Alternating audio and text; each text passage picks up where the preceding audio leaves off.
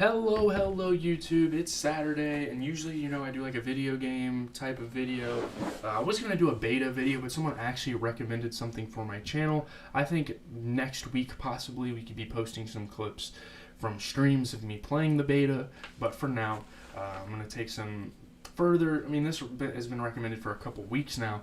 Been a lot of trades in the NBA going down in the summer. So we're gonna talk about the 10 biggest trades, 10 biggest free agency moves, acquisitions, whatever, and we're going to kind of describe their implications. Some of these trades aren't as really major as the others. This offseason was a pretty big offseason, I would say, to a degree. But yeah, obviously, it's not going to be top 10 either. Nothing's going to be in order. Matter of fact, it's probably going to be in order by like the time they happened. So, we're going to go from the Porzingis trade all the way to like the Damian Lillard / Drew Holiday trade. So let's get into it. So the first major trade we're going to talk about is obviously, the Porzingis trade. Really important here for the Celtics to finally pick up a viable big. We haven't had a really good big man since KG probably. And yeah, we've had guys that can fill the position. We've had Al Horford, we've had Robert Williams. Besides that, I don't think we've really had much for the big man positions.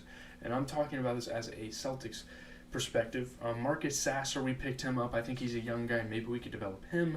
I'm not really concerned about that. Obviously, Kristaps is huge, but we traded away Marcus Smart, which I'm not a huge fan of because I think Marcus Smart was a pretty big foundation for this franchise. He was the heartbeat, man. He meant so much to us Celtics fans. Man, we traded Danilo Gallinari. That's great because he didn't do shit for our franchise. Yeah, the Grizzlies got Marcus Smart, which is a really cool guard pairing. With Ja. They also have Derrick Rose, which is super interesting. But Tyus Jones got traded to the Wizards. They got Gallinari, who might actually play for them. They got Mike Muscala, solid big, I guess, and a draft pick. So the winner of this trade, I would say, is either the Grizzlies or the Celtics. I think the Wizards are the last team that won this trade, for real. They picked up a lot of players that can be role guys, but Kristaps Porzingis is probably a top 15 to top 10 big in the NBA, in my opinion. So I think that was major for us. Instead of having like a top 20 to top 25 big in Al Horford or like a top 40 big in Robert Williams, Maybe top 40 is a little crazy. Maybe like top 30. But still, Kristaps Porzingis was an absolute bucket last season. And yeah, you could say, well, I don't know. I guess his team wasn't that good, so we had to do more, and Kuz and Beal were getting hurt. But yeah, I think this was a really good trade for the Celtics. I would like to have kept Marcus Smart, but there's a trade later we made that makes this all kind of make sense. So let's move on. Next major trade we are going to talk about is Bradley Beal going to the Suns in a multi-team trade. The Suns got Bradley Beal, Jordan Goodwin, decent role player, Isaiah Todd, okay as well. And for that, they got rid of Chris Paul, Landry Shamet. Bilal Coulibaly ended up getting drafted. A lot of draft picks are going to the Wizards. The Wizards are looking to rebuild. They're going in that mode, trying to build a team with like Jordan Poole and Kyle Kuzma. Kyle Kuzma trying to get one big run for the end of his career. Pacers ended up getting Jarris Walker. Pacers got shanked. I guess they didn't give up that much, but who won this trade? Did the Wizards end up really winning a lot of trades because they ended up getting rid of Chris Paul anyway? That's good. We're going to have to see how that pays off down the line. They still have Landry Shamet, though, which is really good, actually. Landry Shamet is a pretty solid player, and in big moments he can actually play pretty well. Bradley Beal for the Suns, is that a good pickup? I don't know. I'm not really sure how ball-dominant Bradley Beal is going to be able to be on the Suns, given that Devin Booker is a primary ball handler. KD, primary ball handler, It's going to be weird to see how that mixes. Suns picked up a decent amount of players this season. Are they really going to go for a championship push? I'm not sure. We've seen this 3 primary ball handler thing go down in Brooklyn.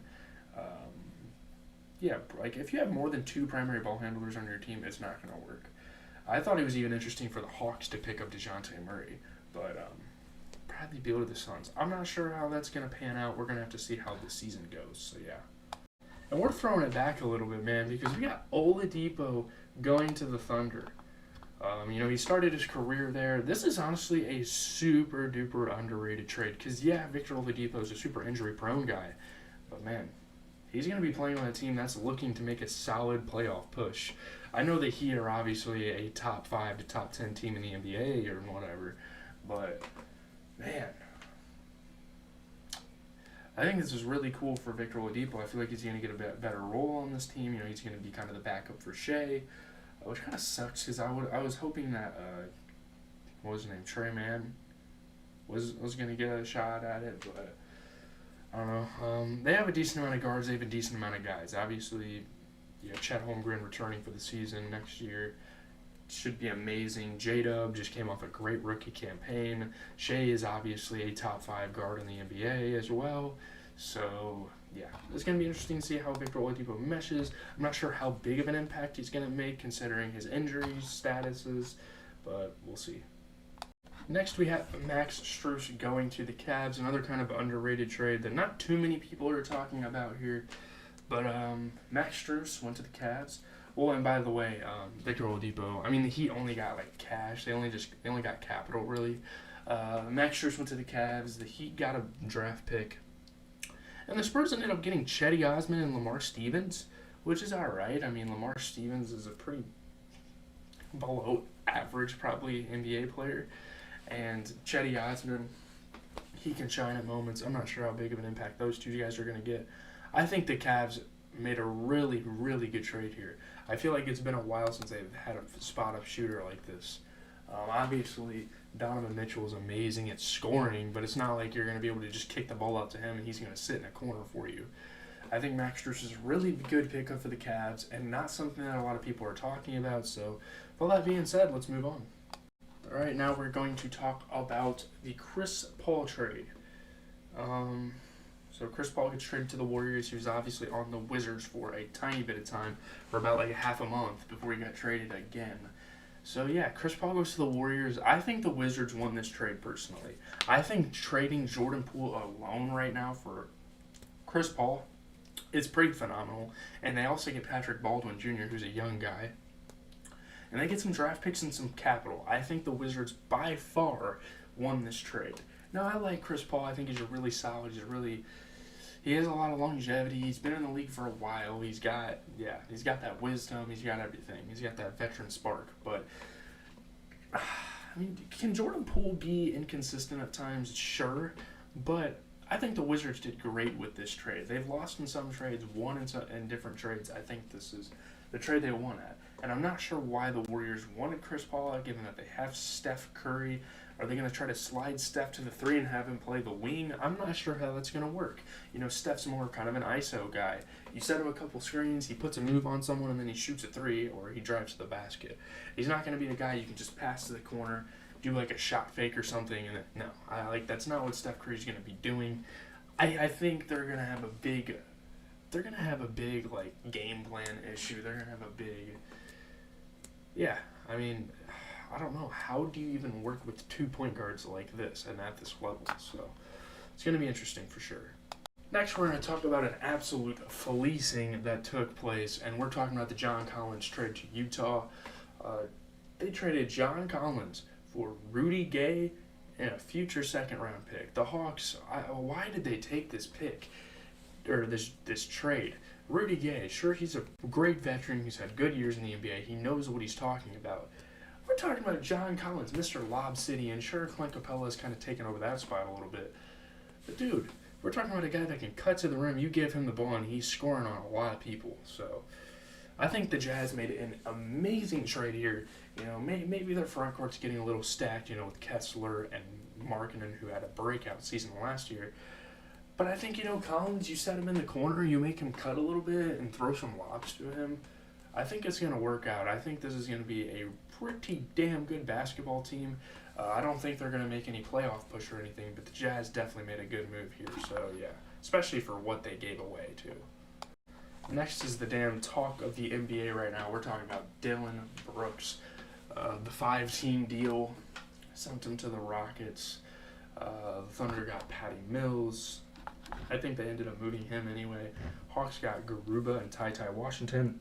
Ty Washington, solid young guy, I guess, but the Hawks, I don't know. They're not getting a whole lot of anything.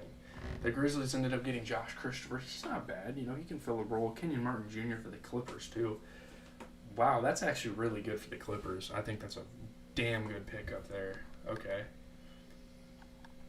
Clippers went crazy, man. They traded draft picks to get Kenyon Martin. They traded one draft pick to get Kenyon Martin. That's pretty amazing, actually. I can't lie to you. Kenyon Martin was on the Thunder? Okay, well. Interesting. But Dylan Brooks, obviously, talked the NBA. People were acting like he was going to be some fucking Shanghai Sharks player. We're talking about a guy that made the defense's second team. We're not talking about some trash-ass NBA player. I know you guys like to make narratives and stuff, but this is a pretty solid NBA player, definitely above average. I mean, the guy can he shoot? I mean, this guy in Canada just went off for fucking like 40 points damn near, did he not? I know it's World Cup and everything, but my goodness. Dude, Dylan Brooks is not a player to just call trash. Like, this is why you guys aren't GMs, because you don't really understand the NBA. But, yeah, I think Dylan Brooks is a pretty solid pickup here for the Rockets. I don't think he's going to do anything amazing, per se. And that's a pretty shitty team that's trying to rebuild, you know, with the likes of Fred VanVleet and Jalen Green and, you know, Alperen Sengun's developing. But I think Dylan Brooks could add some great defense, some discipline, that sort of thing. Next, we're going to talk about a guy that's made some pretty decent strides in the NBA, and that's my former Celtic. I mean, I know that because I've literally watched him play. The Mavs getting Williams in a trade. Celtics getting a bunch of draft picks, which is not bad. This doesn't really matter to the Celtics. I feel like this is just a dump-off trade because we're making room for Porzingis, you know, filling a lot of the rotation. I feel like Porzingis is going to be playing a lot of minutes for us, so I think this is actually pretty good to get rid of one of our front court players. And I don't know. Spurs ended up getting Reggie Bullock. This isn't a huge trade. I just wanted to talk about it for a little bit because it's Grant Williams, you know. I was a pretty decent fan of him when he was in Boston. Reggie Bullock, very streaky shooter, but at least the Spurs get someone that has some NBA experience. I guess that's good. I'm really excited to watch the Spurs, man. Wembanyama is going to put on a show. So, yeah. Next is easily one of the biggest trades of the summer. Two of at least the top 5 biggest offseason moves go to my Celtics. I can be pretty happy about that. The Celtics get Holiday. They traded with the Blazers. Man, I'm still kind of shaky on this. I mean, people have tried to, like, reassure me about this, like, this isn't a bad trade or anything. It's not a bad trade. I'm fine with getting Drew Holiday. I've been critical of him in the past. He's a pretty streaky guy, but, I mean, you think, like, we gave up 2 draft picks and 2 possibly top 50 NBA players. Like, Malcolm Brogdon is definitely top 50. Whether you like it or not, he's starting on a lot of fucking teams that are the Boston Celtics, of course. And Robert Williams, one of the best interior players, one of the best offensive rebounders in the league, I think. I mean, I don't know. It's really shaky for me. I guess I'm just a Celtic and I'm biased, and I start to admire the people that are on my team a little too much to the point where when they get traded, I get kind of mad about it, kind of sad about it. But Drew Holiday's a really good pickup. I mean, only time will tell what exactly he's going to be able to do for the team and how good he's going to play in a new system with new teammates. I mean, I think this is probably one of the best teams he's been on in his career. I mean, I guess the team he won the actual title with was good. But, dude, this Celtics team now, I don't know. This might be better than any Bucks team he's been on, man. I can't lie to you. We're talking about Tatum, JB, Porzingis. The Celtics were still able to, I mean, himself, obviously. Celtics were still able to keep guys like Derek White. Obviously, our bench is going to need some work, and hopefully we can get some guys like Jordan Walsh on his rookie year involved. But, yeah, it's very interesting to see.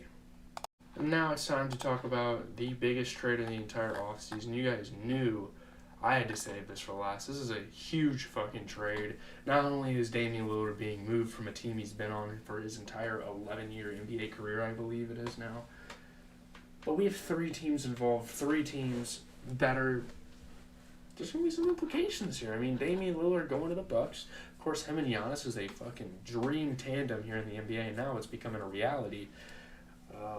Man, Trailblazers, they pick up DeAndre Ayton, who, as bad as people want to say and how, like, oh, dude, he sucks and whatever, the dude still puts up numbers when you need him to. Well, not when you need him to, but he can put up numbers when he wants to.